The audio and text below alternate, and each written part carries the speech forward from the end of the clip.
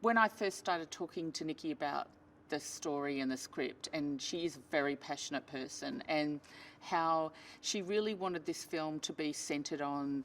Mulan and her discovering her inner power and strength. And so the way we approached it was how we were going to tell that story to the audience in a visual sense. And so one of the most special things about this movie, I think, was one of the first things we talked about was that there's battle sequences in this film, but we didn't want them to be generic or bloodthirsty. You know, they were going to be more from her perspective, and she is an elegant and controlled spiritual fighter, you know, in the way that she holds herself in battle.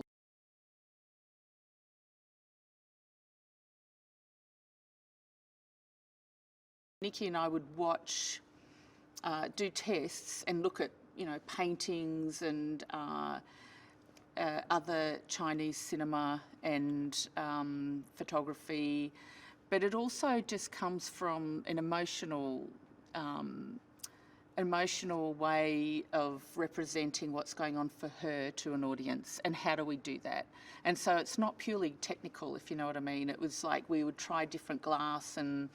different images and lighting and ways of composing the shots to tell the story to the audience.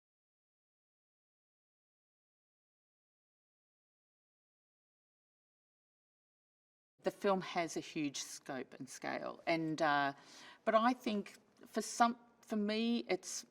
an exciting challenge rather than daunting in any way, because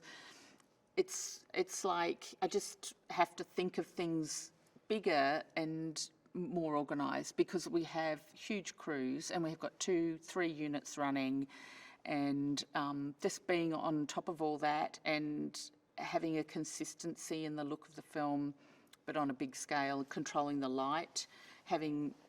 hundreds of extras all at once in frame and working out how we're going to be particularly lining them up and shooting them. I think it's a great challenge, and I think we did a really good job because we were really organised.